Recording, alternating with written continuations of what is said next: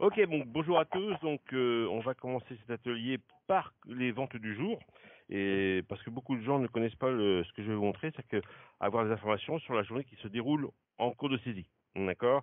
Donc là, on va rentrer sur une journée de vente que j'ai un peu préparée parce que le but du jeu, c'est pas de la site de vente, mais c'est vraiment le webinar. Donc, quand vous êtes sur l'écran des ventes, vous avez ce petit chariot-là qui vous permet de voir les ventes en cours. Là, et ici, vous avez retrouvé votre journée de vente avec par défaut l'affichage qu'on appelle du ticket. Donc, à chaque fois que vous cliquez sur une vente, vous voyez le ticket. Mais moi, ce qui m'intéresse, moi, c'est pas l'option détail du ticket, c'est la petite option que vous avez en bas de l'écran ici qui s'appelle chiffre clé de la journée.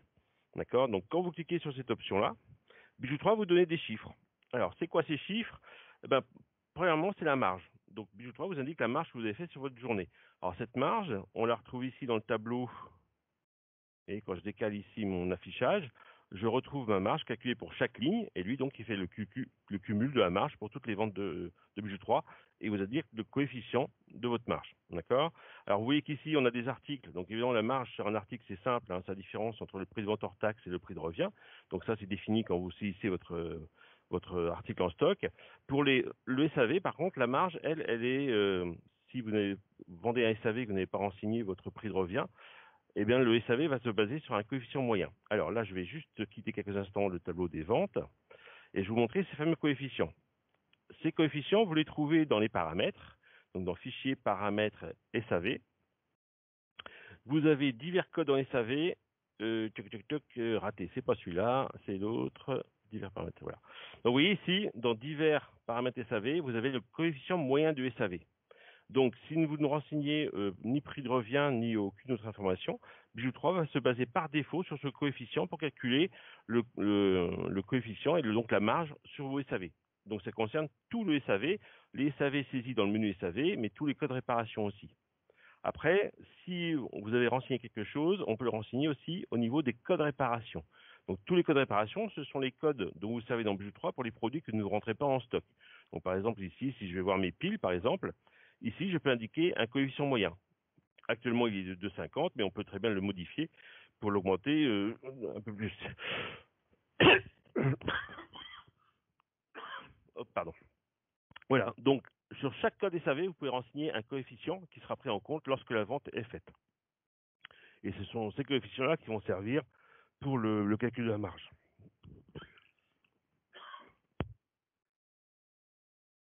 Ça va, Yann? Excusez-moi, j'ai un chat dans la gorge. Bon. Donc, si je reviens sur mon écran des ventes, sur ma journée,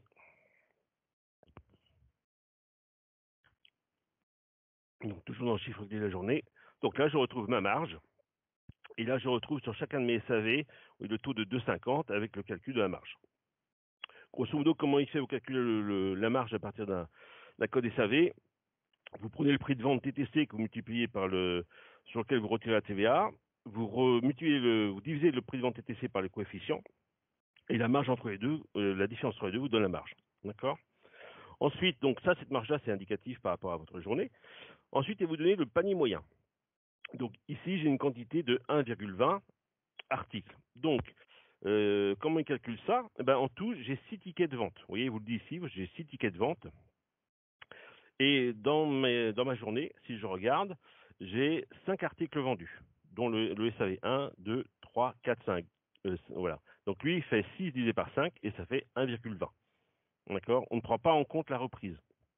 Le panier moyen, c'est le chiffre d'affaires des ventes et on ne prend pas en compte la reprise dessus. D'accord? Donc là, il vous dit la quantité moyenne vendue d'articles par vente. Et en dessous, vous avez le chiffre d'affaires TTC. D'accord. Alors pareil, comme la quantité, le chiffre d'affaires TTC ici, ce qui est le prix de vente moyen TTC, ne prend pas en compte la reprise.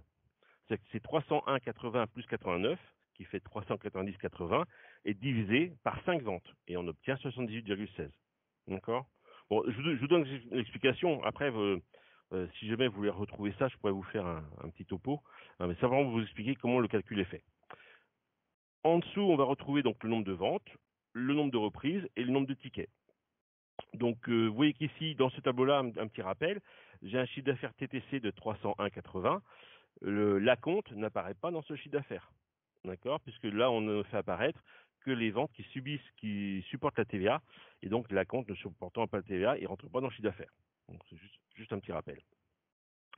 Une autre notion qu'on peut avoir sur cet écran, une fois qu'on a le panier moyen, le nombre, c'est l'objectif de la journée. Alors, ceux qui utilisent déjà les objectifs l'ont déjà en dehors de ce tableau-là, ils l'ont sur le fond d'écran, en haut à gauche, par exemple, quand on rentre dans les ventes. Et maintenant, on l'a réintégré aussi dans ce panneau-là qui vous permet de faire un suivi dès que vous cliquez sur détail de la journée. Donc là, vous avez l'objectif vente plus SAV, vous avez les petites flèches qui vous permettent de dire je ne veux voir que mon objectif vente ou que mon objectif SAV. Ce qui permet de faire un petit affichage différent. Donc, tout en restant sur ce tableau-là, vous allez pouvoir consulter comme ça votre évolution de chiffre d'affaires. Donc là, moi, sur cette journée-là, j'ai pas encore réalisé mon objectif. Je suis à moins 60% sur l'ensemble, à moins 53% pour les ventes et à moins 100% sur mon SAV. J'ai pas encore fait de SAV. Voilà. Donc là, ça, c'est le petit tableau. Donc, à tout moment, quand vous êtes dans votre journée, vous venez dans ce tableau-là et à tout moment, vous pouvez cliquer dessus et revenir sur détail du ticket pour revenir en mode normal. D'accord ? Voilà, donc ça c'est vraiment des chiffres instantanés qu'on va dire qu'on peut obtenir au fur et à mesure de la journée pour voir comment se déroule votre journée, où est-ce que vous en êtes dans votre chiffre d'affaires. Donc ça c'est en cours de journée. Ensuite, une fois que votre journée est validée, un deuxième indicateur qui peut être intéressant à regarder, c'est ce qu'on appelle le C à jour. Donc ça je pense que vous êtes habitué à le regarder. Hop, donc moi je reviens un tout petit peu en arrière parce que sur ma base elle n'est pas à jour. Voilà. Donc, dans ce tableau C à jour, vous retrouvez mois par mois le chiffre d'affaires cumulé de chacune des périodes avec le cumul total et l'évolution N-1. Et dans la partie droite, vous voyez ce chiffre N-1 qui permet de comparer. Si vous double-cliquez sur un mois, il vous donne le détail de toutes les journées du mois avec le mois N-1 à côté. D'accord ? Donc là, à chaque fois, vous avez une indication d'évolution au mois qui vous permet de savoir où est-ce que vous en êtes par rapport à l'année dernière. Donc évidemment, 2021 par rapport à 2020, il y aura des gros écarts à cause de ces périodes de confinement, en espérant que vous retrouviez une activité normale un comparatif normal 2022-2021. Voilà. Donc ça, c'est le chiffre d'affaires jour qui vous permet de suivre une fois que vos journées sont validées. Alors éventuellement, même si les journées ne sont pas validées, vous pouvez consulter en cochant cette option-là, prendre en compte le CA des journées non validées. Ce qui permet à Budget 3 de prendre en compte les journées même non validées. Donc voilà une notion sur le chiffre d'affaires. Une fois que vous avez fait vos journées, que vous avez validé, que vous avez consulté votre C à jour, ce qui est intéressant de savoir, c'est comment se répartit votre chiffre d'affaires. C'est-à-dire que votre chiffre d'affaires, une fois qu'il est fait, ce qui est intéressant de savoir, c'est qui fait le plus gros chiffre d'affaires en fournisseur, quelle est la famille qui fait le plus gros chiffre d'affaires, et un troisième critère qui peut être intéressant, c'est comment se ventile votre clientèle. C'est l'analyse qu'on appelle par gamme de prix. Donc je vais vous montrer un état qui est tout simple, qu'on trouve dans Statistiques, et qui s'appelle Performance. Si je dois vous en montrer un seul aujourd'hui, ce sera celui-là, parce que c'est vraiment l'état le plus simple à lire et à lancer. Donc, les performances, c'est quoi? C'est une analyse de période de vente et qu'on peut décliner en recherche par famille, par fournisseur ou par gamme de prix. D'accord? Donc, là, sur les critères généraux, évidemment, ici, on a des lignes où on peut venir pointer, mettre plus précisément une famille, un fournisseur, ou justement cette notion de gamme de prix. Donc, pour gagner du temps, moi, j'ai déjà préparé les états pour relancer le temps qu'il cherche. Donc, je les ai mis en PDF. Donc, je vais vous montrer ce que donne cet état. Par exemple, si on le lance. Alors, statistiques, performance. Et on va devoir le faire par fournisseur. Alors, les performances par fournisseur, c'est un classement, on va dire un hit parade de vos ventes sur une période, de la meilleure famille à la moins bonne famille. Donc, ce qui vous permet de suivre l'évolution de vos familles dans les ventes, si vous avez implanté des nouvelles collections, des nouvelles familles, ça vous permet de les suivre. Alors, je voudrais bien qu'il l'ouvre. Hop. Allez. Suspense. Voilà, c'est. Donc, c'est sous forme de tableau. Et on va avoir un classement de toutes les familles avec plein de chiffres indicateurs qui vont permettre de voir un peu ce qui se passe. Voilà, du coup, il est ouvert 2 fois. Voilà, ça arrive, doucement mais sûrement.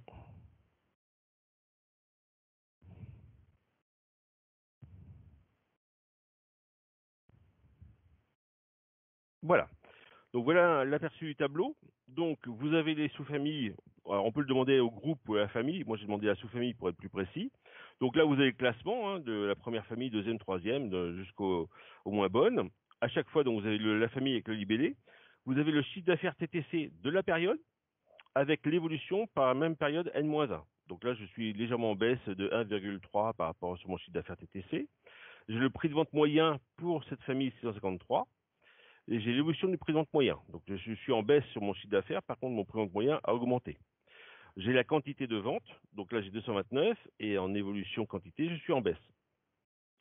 Ensuite, là j'ai le détail, alors j'ai la part que me prend cette famille dans l'ensemble de mon chiffre d'affaires. Donc là je suis sur cette famille-là à 7,2% de mon chiffre d'affaires sur cette famille 653.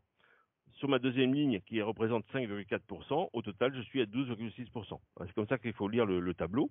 Et là, on a un taux de marge et le coefficient, et ici, le mois de stockage. Donc voilà, donc on sait, quand on lit ces tableaux, par exemple, que si je regarde mon cumul ici, voilà, sur mes 10 premières familles, 13 premières familles, je suis à 50% de mon chiffre d'affaires, parce que je suis à 55,86%. Donc ça, ce sont on va dire, les 12 meilleures familles de mon activité. D'accord. Donc c'est-à-dire que ces familles-là, c'est celles qui sont le plus sollicitées. Bon, les autres sont pas trop à la traite. Par contre, si on descend dans le tableau, plus ça va, plus on va descendre et on va trouver des familles qui sont en forte régression. Alors, ce sont des choses que vous avez arrêté de faire, des connexions que vous ne suivez plus. Donc, ça limite, on va dire que c'est normal qu'il y ait des produits qui descendent dans le tableau au fur et à mesure. Par contre, si vous avez implanté une nouvelle collection dans votre boutique et que vous voyez en lançant les performances que elle décolle pas, c'est-à-dire que là du coup l'implantation est ratée, qu'il faut faire de la communication ou il faut voir avec le fournisseur ce que vous pouvez faire, d'accord. Mais dans des vieilles collections, c'est normal qu'elles régressent dans le tableau, alors que des nouvelles collections doivent se retrouver en tête. Bon, ici vous avez une indication sur le stock qui a été indiqué dans le tableau, donc vous permet de voir le stock que vous avez actuellement par rapport aux ventes que vous avez fait à l'époque. D'accord. Donc les performances, c'est quelque chose de très simple à lire, de très simple à comprendre. Hein, c'est simplement un état de stock. Donc là, on l'a pour les familles. Donc là, c'est une chose intéressante. Mais on va voir la même chose. Alors, sans quitter le tableau, hein, normalement, c'est le même tableau qui vous donne le même résultat. Là, on était sur les GFSF. On peut avoir la même chose pour les fournisseurs. Alors, j'espère qu'il sera plus rapide à s'ouvrir. Tac.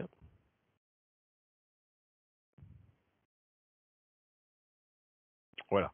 Donc là, on obtient le même tableau. D'accord, mais performance par fournisseur. Donc là, on a un classement du meilleur fournisseur au moins bon. Donc là, je retrouve mon classement. Donc là, Altesse avec 19 000 euros de chiffre d'affaires en grosse progression, un prix vente moyen légèrement en baisse, une quantité en augmentation, avec sa part qui est à presque 10% pour mon chiffre d'affaires sur la période de référence, donc là 2018. Ensuite, mon deuxième fournisseur, c'est Coq de Nacre, etc.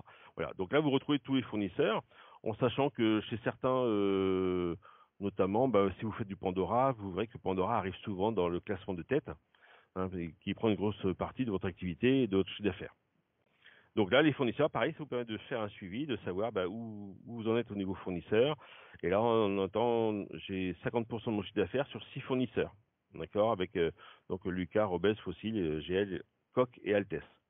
Donc tout ça, ça vous permet pareil de suivre une implantation de fournisseurs. Donc si vous avez un nouveau fournisseur que vous avez intégré dans votre stock, au même titre que la famille, ça vous permet de faire un suivi et de voir où se positionne votre fournisseur. Alors peut-être que la première année, il sera peut-être pas dans les 10 premiers, il sera peut-être un peu plus bas, mais si c'est une collection dont l'implantation se réussit et marche bien, non, il devrait remonter dans le classement. D'accord. Et d'autres fournisseurs, si vous voyez, qui régressent un peu, alors que normalement ce sont des best-sellers, des fournisseurs qui devraient bien tourner, c'est-à-dire que là, il faut mettre en valeur leurs produits dans les vitrines, faire de la communication, enfin essayer d'attirer le client sur ces produits-là. D'accord. Voilà. Donc là, on a vu le classement par GFSF, on a vu le classement par fournisseur. Alors, ce qui est intéressant de savoir après, c'est votre activité à vous en tant que bijoutier, où se situe votre clientèle. Et ça, c'est quelque chose de, on va dire, c'est le cœur de votre bijouterie. C'est que vous avez une clientèle qui correspond à votre bijouterie, que vous soyez en centre-ville ou en grande surface. Et donc, c'est ce cœur de clientèle que vous devez satisfaire, renouveler et entretenir pour qu'il revienne. Et ça, c'est le critère gamme de prix.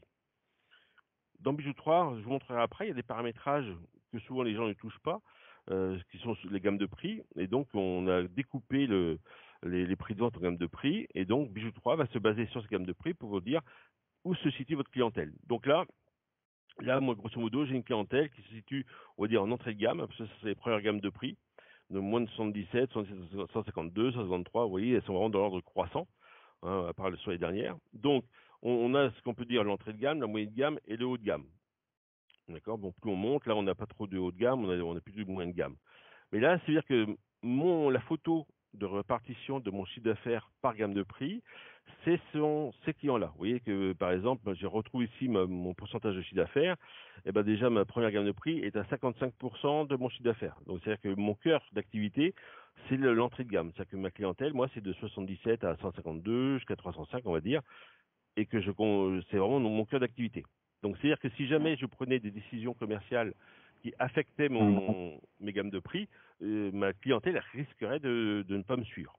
D'accord? Donc, je dois proposer à mes clientèles ce que je vends le plus. Oui, c'est normal.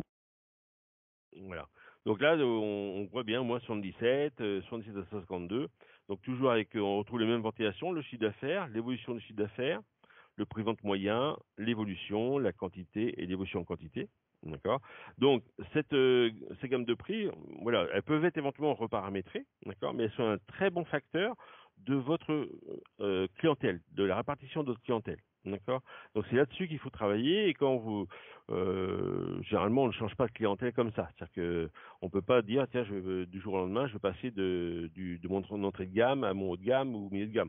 D'accord. Exceptionnellement vous pouvez avoir des clients qui sortent de ces gammes de prix là, mais traditionnellement le cœur de votre activité ça va se résumer à ces gammes de prix. D'accord. Alors tous ces gammes de prix, je vais vous montrer où est-ce qu'elles se situent dans le Bijou 3. On va fermer ça pour l'instant. Voilà. Alors, tout ce qui est paramétrage, ben, ça se trouve ici dans Fichier, Paramètres. Et on va trouver, il me semble que c'est Réassort. Voilà, les gammes de prix, donc les voilà. 0 à 76, 117 à 52, voilà. Donc, ce sont les gammes de prix qui sont déterminées dans Bijou 3. Mais on peut les modifier. Alors, Fichier, Paramètres, Achat. Elles sont où? Voilà. Dans les paramètres généraux, on retrouve les gammes de prix. Et ces gammes de prix, généralement, on va dire que les gens, dans 95% des cas, n'y touchent jamais. D'accord? Alors que, comme je vous disais, que ces gammes de prix représentent le cœur de votre activité, en fonction, une fois que vous avez tiré une première fois vos statistiques de gamme de prix, vous pouvez très bien redéfinir vos gammes de prix. C'est qu'en fonction du secteur, si vous êtes en entrée de gamme, en moyenne de gamme ou en haut de gamme, il y a des gammes que vous allez pouvoir réaménager parce qu'elles ne vous intéressent pas, parce que vous ne vendez pas dans ces gammes de prix-là. D'accord? Donc ces paramètres-là sont importants parce que ça vous permet de faire un suivi de l'activité pour chacune de vos boutiques. D'accord? Donc ces gammes de prix vous donnent. Alors on se base dessus pour les réassorts, vous savez, les petites étoiles qui vous indiquent que le produit est un bon produit qu'il faut réassortir, mais on se base aussi au SAP pour le découpe de votre chiffre d'affaires, savoir où se situe votre clientèle.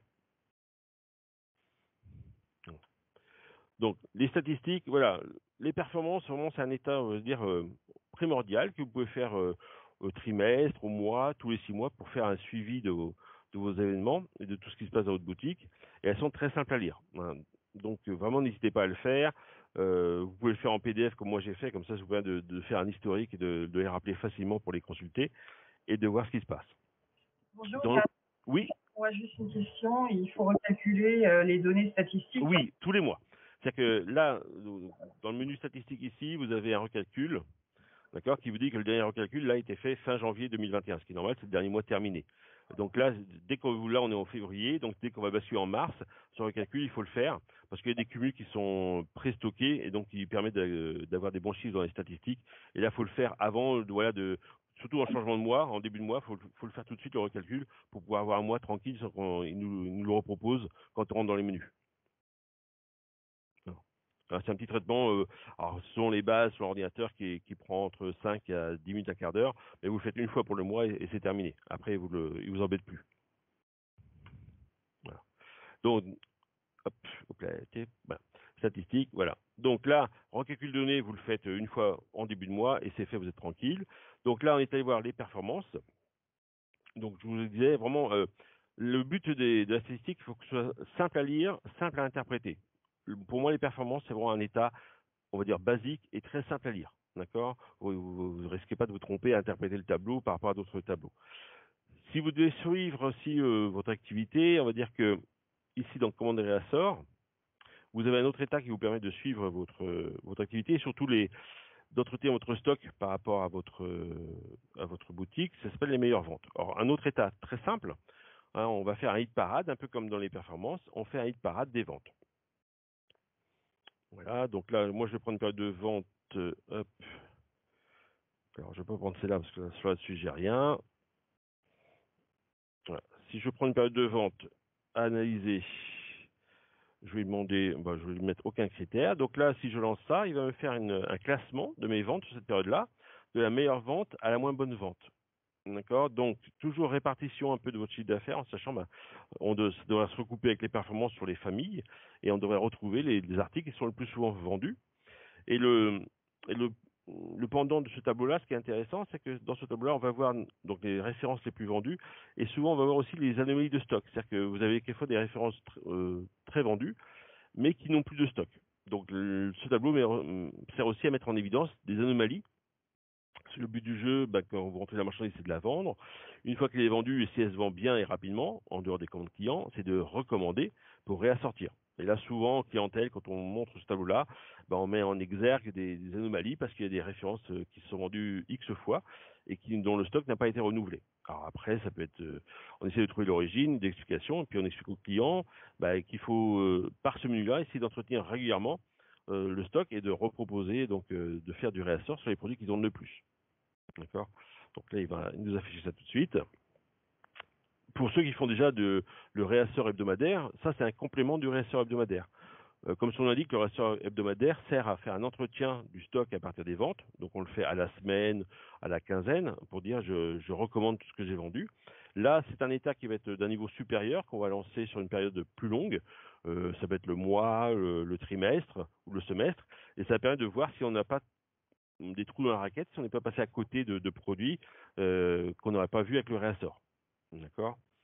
Donc là, vous allez voir, pareil, on va avoir un tableau qui va nous proposer toutes les références sur la période. Tac. Voilà, on y arrive.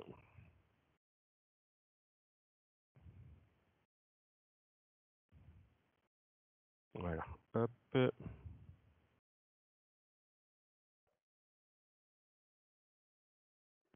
Voilà. Alors, donc ce tableau, vous voyez, vraiment, c'est à la référence. Donc là, il me dit que j'ai mon fournisseur Cades, telle référence. Et j'en ai vendu 10 sur la période.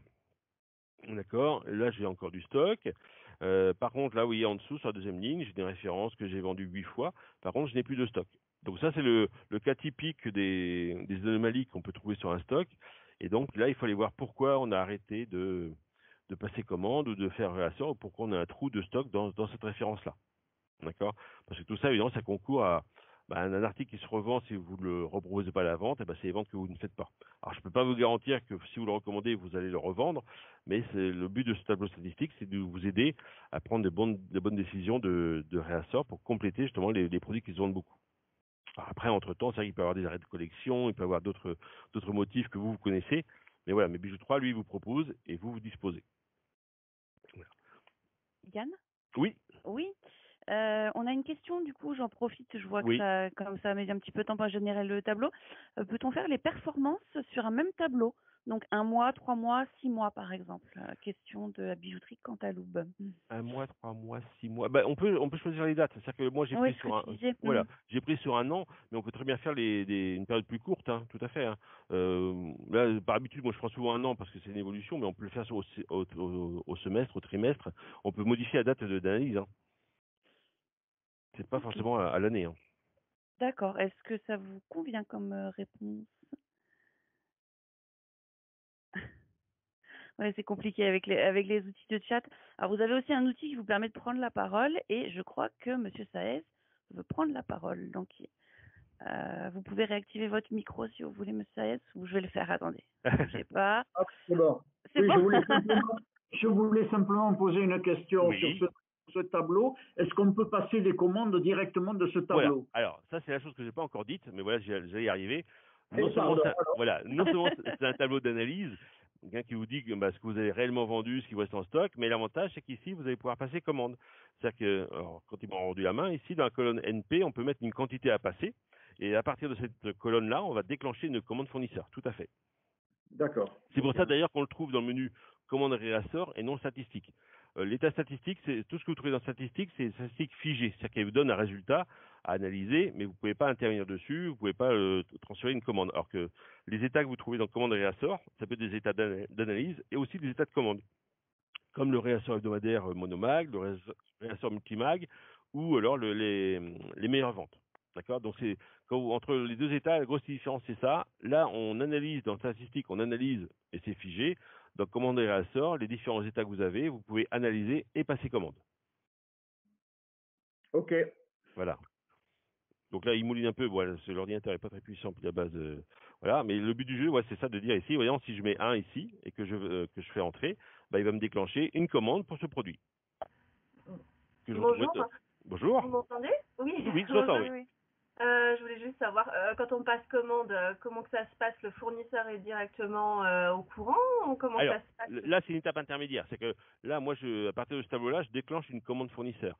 Cette commande, je vais la retrouver dans mon. Quand je déclare fini, je vais la retrouver dans mes commandes fournisseurs en non passé. Et après, j'envoie ma commande au fournisseur, soit par EDI, soit par email. Enfin, oui, différents types. Mais là, ici, ça part pas directement. Il y a une étape intermédiaire. Là, j'alimente une commande fournisseur. Et après, de ma commande fournisseur, je l'envoie à mon fournisseur par EDI, par téléphone, par Internet, enfin, comme vous voulez. Et après, voilà, cette commande fournisseur, la NP, c'est-à-dire qu'elle est non passée, c'est que je crée ma commande et je peux la modifier, je peux rajouter des lignes. Et une fois que j'envoie ma commande fournisseur auprès de mon fournisseur, on devient ce qu'on appelle non livré, c'est qu'elle prend une date et un numéro. Et là, ça veut dire que j'ai envoyé ma commande auprès du fournisseur. Et là, ça veut dire que mon fournisseur a bien reçu ma commande par les différents moyens qu'on peut Et on utiliser. peut voir le process, comment Ah ça oui, se passe? attendez, dès qu'il a fini là, Ok. hop. Voilà, tac, j'espère qu'il a fini de parcourir, 100%. Voilà. Donc là, Altesse, bon, on va mettre un 1 sur chacun des trucs. Voilà. Hop. Donc, j'ai fait, je vais le noter sinon j'ai oublié, Altesse, Spiro et Trophée. Voilà. Donc là, non, j'ai déclenché mes commandes. Donc ici, non, je peux voir mon article. Ici, je peux voir des éléments. Alors, ce qui est intéressant, voilà, là, je peux consulter mon article.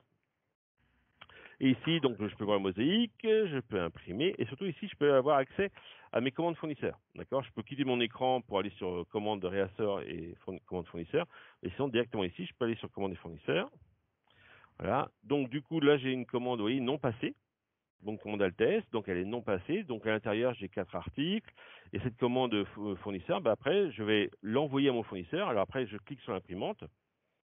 Hop, voilà. Donc là, je peux l'imprimer sur papier, puis pour l'envoyer par courrier. Bon, ça, ça ne se fait plus beaucoup. Je peux l'envoyer par EDI. Si le fournisseur a bien par EDI, je peux l'envoyer.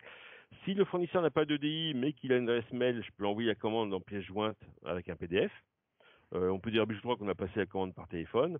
Voilà. Et une fois qu'on a opté pour un de ces choix d'émission de commande, bah, la commande, elle prend un numéro. Et là, il me dit que ça va être la commande 199 du 19 février. Et elle prend un numéro. Et là, ma commande devient ce qu'on appelle de non passé, elle devient non livrée. C'est-à-dire qu'elle est censée être partie chez le fournisseur. Et la prochaine étape, ce sera la livraison.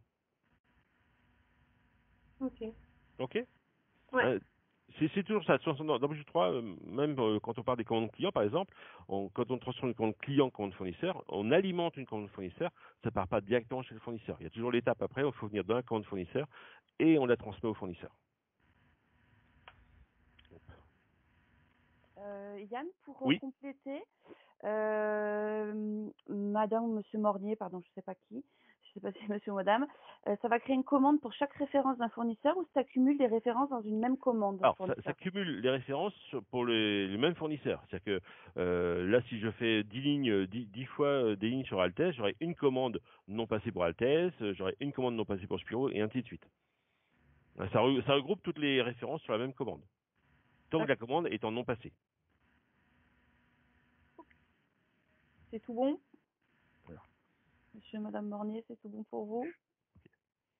Voilà. Donc là, c'est vrai que voilà, le but du jeu, c'est pas trop bon, là j'ai débordé un peu sur Réassort, mais vraiment le principe c'est de suivre aux indicateurs de chiffre d'affaires. C'est ça le principal objectif du jour, c'est que vous puissiez suivre facilement vos chiffres d'affaires pour savoir où est-ce que vous en êtes par rapport aux objectifs, par rapport à ce que vous avez vos politiques commerciales.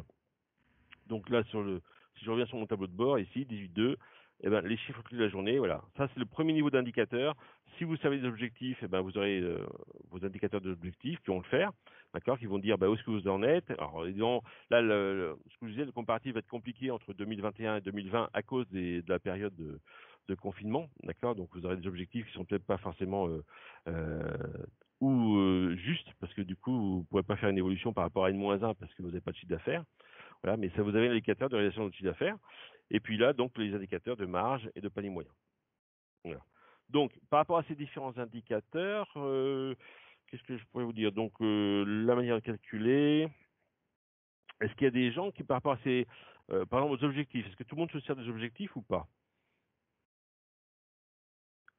Oui, Yann, par rapport à ces objectifs, oui, moi je m'en sers régulièrement. D'accord. Il y a peut-être une amélioration. Quand vous êtes sur le journal, sur la journée, on a l'objectif du mois. Oui. Et l'objectif de la journée. Mais quand on se trouve au 15 du mois, on ne se situe pas par rapport au 15 de l'année N-1. Donc, on a une distance, on sait comment on se situe par rapport à l'objectif global. Et ça serait bien si on pouvait avoir un parallèle au jour le jour. Alors, ça, normalement, on doit se baser ici dans, si je dis pas de bêtises, après je regarde, mais dans le CA jour, vous avez de mémoire une analyse. Voilà, c'est alignement du CA date à date, oui ou non. C'est là qu'on va dire, est-ce qu'on compare le 15 novembre avec le 15 novembre ou est-ce qu'on compare le samedi, le 15 novembre avec le samedi qui correspond. D'accord, c'est ça qui va déterminer le comparatif du chiffre d'affaires et de l'objectif. D'accord, soit le date à date, voilà, soit le jour au jour, on va dire. D'accord, et voilà. Et c'est ça qui, voilà. Parce que c'est vrai que des fois on peut avoir des gros décalages, hein, ça que sur des journées, voilà. Donc c'est là-dessus qu'on va venir jouer pour dire, ben non, moi je veux pas comparer le 15 avec le 15, mais je veux comparer mon jeudi avec je sais pas, c'était le samedi de l'année précédente, quoi. D'accord. Et où c'est que tu l'as ouvert? Alors là, il faut aller dans l'icône c'est à jour. Hop, ici c'est à jour. La petite clé de paramétrage ici. Ah, la petite clé de paramétrage. Ok, voilà. Ça marche. Ok. Et alignement du CA. D'accord. Ouais, c'est bon. Voilà. Hein, souvent parce que c'est les gens nous posent souvent la question, pour date à date ou jour à jour. Voilà, c'est la grosse différence d'affichage dans le CA. D'accord, c'est un problème de paramétrage, c'est bon. C'est bon pour moi. Ok.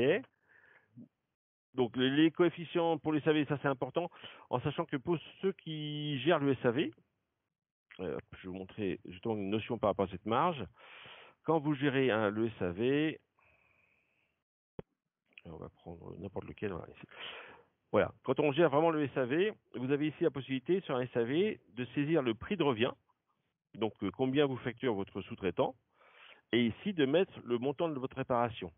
D'accord. Donc là, par exemple, lui me fait, comme j'ai un coefficient moyen de 2,50 que j'ai renseigné dans le truc, il me calcule automatiquement 62,50.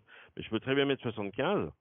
Et là, du coup, j'aurai vraiment un calcul de marge qui sera juste. Donc, il se basera plus sur mon coefficient moyen, mais il se basera vraiment sur mon prix, la différence entre mon prix de vente et mon prix de revient. Donc ça peut être une notion intéressante pour gérer le SAV au plus juste, non pas avec un coefficient par défaut, mais avec un prix de revient réel. Et du coup, on aura une marge qui sera juste. D'accord. Donc ça, on peut le renseigner sur chacun des SAV en cliquant sur le petit œil. Ouais. Ok.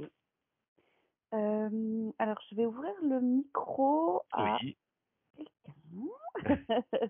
À Madame Cantaloube, en fait, qui posait la question tout à l'heure des indicateurs. On va revenir là-dessus. Parce qu'apparemment, la formulation, on va dire, voilà, elle souhaiterait avoir des compléments d'information sur les questions de suivi des performances sur plusieurs mois. Alors, je vais vous ouvrir votre micro. Hop, hop, hop. Vous pouvez l'ouvrir aussi si vous... Comme j'ai beaucoup de participants d'un coup. Alors, attends. Voilà, c'est tout bon, merci. Allez-y, Madame Cantaloube. Oui, merci. Bonjour à tous. Bonjour. C'est au niveau du tableau des performances. Oui. Par exemple, si je veux suivre les performances, admettons des 5 premières familles, j'aurais aimé avoir les performances du mois, 3 mois et 6 mois, par exemple, pour voir comment la famille évolue. Sinon, je suis obligé de faire 3 tableaux. Ah oui, ça actuellement, c'est oui. Il y a pas d'évolution. Oui, il n'y a pas d'évolution comme ça. Alors, il y a un seul état qui peut vous donner enfin une évolution détaillée. Hein, c'est dans les statistiques et il s'appelle les stats quinquennales. Voilà. C'est le seul tableau qui peut vous donner mois par mois sur 5 ans. Hein, on remonte sur 5 ans, c'est son nom. Mois par mois, il va vous donner votre chiffre d'affaires et votre. Par contre, vous C'est aurez. pas le chiffre d'affaires qui m'intéresse, c'est les performances Ah, les performances, oui. des fournisseurs. D'accord. Dans les performances fournisseurs, c'est forcément une période. Il n'y a pas de comparatif. Voilà, on saisit la période ici. Donc là, on saisit 1 mois, 3 mois, 6 mois. Mais ça, si vous voulez un comparatif sur le tableau, le même comparatif et d'évolutif sur 1 mois, 3 mois, 6 mois, là, ça n'existe pas actuellement. Ouais. Ah oui, d'accord. Là, voilà, si vous le sortez, il faut le sortir autant d'états que vous voulez consulter. Voilà. C'est mon tableau sur Excel, d'accord. Voilà. C'est vrai que là, c'est vraiment, il vous donne le résultat pour la période que vous avez, avec l'évolution sur la même période. Mais voilà, on propose pas plusieurs cumuls sur plusieurs périodes, quoi. Ouais, Je vois ce que vous dire, oui. 1 mois, 3 mois, 6 mois, et puis 9 mois. Un peu comme on a dans les analyses d'achat. Puisqu'on peut avoir les ventes sur 3 mois, 6 mois, 9 mois, c'est un peu ça. Ouais. Ah oui, je ne le connais pas celui-là. Il est là, alors ça va être analyse des achats, voilà, celui-là. Vous voyez, et on est ici avec les articles vendus en moins 2. Oui, ça prendra un peu c'est un peu votre question. Là, oui, on peut dire sur 3 mois, là sur 6 mois, etc. Ah, D'accord. okay, très bien. Voilà. Mais là, ça c'est pour les achats. Donc c'est un peu différent. C'est pas sur l'analyse des performances, mais de grosso modo, c'est que vous vouliez avoir un affichage comme ça avec des choix de période, quoi. D'accord. Voilà. Donc ça existe dans cet état-là, et à la limite, vous voulez qu'on reporte sur les performances, quoi. Ouais. Ok, je vais faire une demande, il n'y a pas de problème. Tout le monde est bon à prendre. Yann, on a une question des bijouteries Le Diamant Carré et Burette. Oui. Comment fait-on pour avoir la fenêtre à gauche avec l'objectif jour et réalisation? Voilà. Alors, ce qu'il faut, c'est déjà dans à jour, donc c'est paramétrer votre objectif, d'accord. Et une fois que vous avez renseigné votre objectif, dans les ventes, voilà, hop, je rentre dans mes ventes. Vous avez la petite clé jaune de paramétrage. Alors, ça, je vais le virer, voilà, ici, la petite clé jaune. Quand vous rentrez dans les paramétrages, vous allez trouver dans l'option saisie de la vente, affichage de l'indicateur objectif. Voilà. Et c'est là que vous allez déterminer qu'est-ce que vous voulez comme affichage. Oui, je veux l'indicateur, je veux le CA jour, mois, etc. Voilà. Vous faites votre choix d'affichage et dès que vous validez, cet indicateur va s'afficher sur votre écran Bijou 3. D'accord. Donc là, pareil, vous pouvez passer un petit coup de fil à maintenant. Ça, c'est pas. Il y a d'abord le site d'objectif qui doit être réalisé et l'activation de cette fenêtre. Voilà. Bon, l'affichage, c'est pas le plus compliqué. On va dire le plus compliqué, c'est le calcul du CA de l'objectif. Ok, merci. Merci Yann. Voilà. Autre question. Est-ce que tu avais fait le tour un petit peu de ce que tu voulais Oui, alors, vraiment aborder ce matin? Oui, tout à fait. Par rapport à l'atelier, coefficients, les marges, etc. Voilà. J'ai vérifié que les marges calculées dans Bijou 3 étaient bonnes. Comme je suis un ancien comptable, moi, je suis un peu comme ça, Thomas, et je m'en suis assuré. D'accord. Donc, quand Bijou 3 vous donne des chiffres, généralement, voilà, c'est souvent les comptables nous appellent en disant il y a une erreur dans vos calculs. C'est très, très, très rare qu'il y ait des erreurs dans les calculs. C'est pas plus parce qu'il y a des choses qu'ils ne connaissent pas. Si votre comptable vous dit que, par exemple, notre journal de fin de mois est faux, c'est souvent parce qu'il oublie qu'il y a ATP, cette fameuse petite taxe de 0,19%, qui subit la TVA. Ouais, oui, c'est ce genre de choses. Là, dans les marges, voilà, les marges, vous les avez ici en détail. Et moi, c'est vrai qu'avant de préparer cet atelier, j'ai pris une journée type sur un client et j'ai vérifié les marges sur les SAV sur article et je suis retombé sur mes pieds. Donc, les chiffres qu'on vous donne, c'est vrai que c'est pas des chiffres, voilà, qu'on calcule comme ça au vent donné. C'est vraiment quelque chose qui a été calculé. Donc, les chiffres qui sont vous donnés par Bijou 3, on peut dire que d'a priori, ils sont bons. D'accord, c'était un postulat, sinon s'il n'était pas bon, c'est vrai que ce serait dommage pour nous. Voilà. Donc quand quelqu'un remet en cause nos calculs, soit on lui explique que forcément il y a une erreur ou sur les bases ou sur la prise en compte des différents calculs, ou alors c'est très très rare qu'il y ait des soucis. Ok, très bien. Je ne sais pas s'il y a d'autres questions. N'hésitez pas. Je peux parler là? Oui, je t'entends, oui. Au niveau quand on a préparé les commandes fournisseurs, on envoie la commande donc par internet. Oui. Et quand ça revient, comment on désincrémente bien enfin, quand on enregistre, comment que ça se désagrémente de notre carnet de commande? Alors, soit ça fonctionne à la commande, quand vous recevez le DI, voilà. Oui. Voilà, quand vous êtes ici, que vous recevez par EDI, voilà, d'email réception bilan et que vous êtes en 6 EDI. Donc lui, il va se baser soit au numéro de commande, puisque dans le fournisseur vous renvoie en EDI le numéro de commande. Donc nous, on va travailler à la commande et donc on va décrémenter la commande que vous avez passée par rapport à la commande à la livraison que vous avez faite. Si jamais il n'y a pas de référence commande, nous, on va rechercher à la référence et on va rechercher la référence la plus ancienne. Donc c'est les deux modes de fonctionnement, soit au numéro de commande pur, parce que donc vous aurez un reliquat si jamais tout n'est pas livré sur votre commande fournisseur. Si vous avez une livraison qui est faite mais sans référence à code des commandes, nous on va rechercher les références, la référence qu'on va trouver dans le carnet de commande et on va la décrémenter comme ça. Mais généralement maintenant avec l'EDI, ça marche à la commande, quoi. Ça se fait tout seul alors? À tout seul, vous n'avez rien à faire. C'est qu'ici normalement, une fois que vous avez rentré en stock, moi je ne sais pas ce que j'ai dans mes commandes, voilà, commande fournisseur. Voilà, ici, voilà, bon là, j'aurais pas de reliquat 15-15, voilà, j'ai pas de commande. Et ouais, grosso modo, ça c'est ma quantité initiale. Et là, il m'indique le reliquat. Et donc, si j'avais intégré cette commande en stock, et ben, si j'avais intégré que 10 articles sur les 15, ben, ici, j'aurais un reliquat de 5. Mais automatiquement, vous n'avez rien à faire.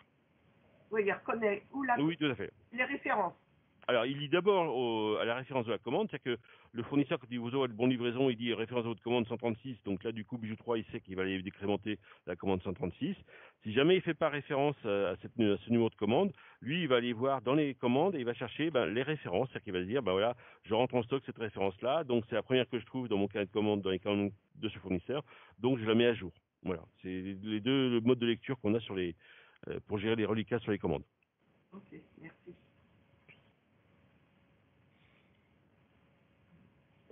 Très bien. Tu as d'autres petites astuces à communiquer, Yann, des bonnes pratiques? Comme ça, non.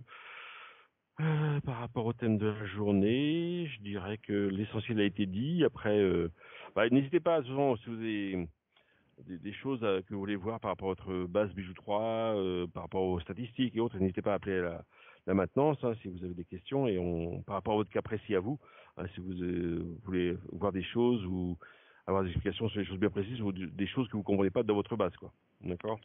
La maintenance est là pour ça aussi. Ouais, je voulais savoir comment vous pouvez mettre en place les objectifs, comment ça se fait en fait. Alors, l'objectif, hein. la plupart du temps, vous voyez, on va dans ces à jour ici. On va dans 6 objectifs et la plupart des gens vont utiliser ce qu'on appelle le calcul automatique des objectifs ici. C'est qu'on va dire, par rapport à l'année dernière, voilà, je vais faire plus 7% en vente et on va dire plus 5% en SAV. Voilà, grosso modo, c'est ça.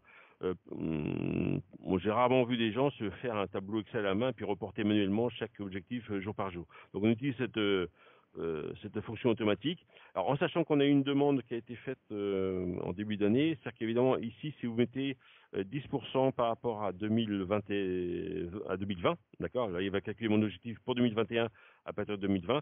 Le problème c'est la période de confinement, parce que là, du coup on va avoir des CA à jour qui vont être faux parce que vous n'avez pas d'activité. Voilà, donc il y a une demande qui a été faite pour qu'on puisse modifier l'année de référence.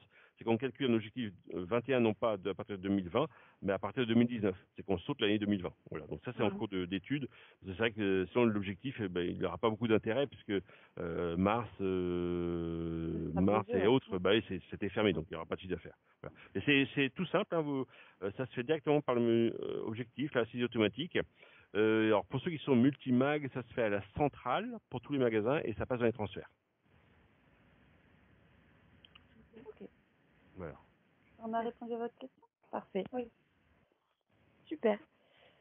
Écoutez, s'il n'y a pas d'autres questions, je vous rappelle que le webinaire a été filmé, donc vous pourrez le revoir en replay pour les petites manips, on va dire, que vous auriez potentiellement oubliées après la session.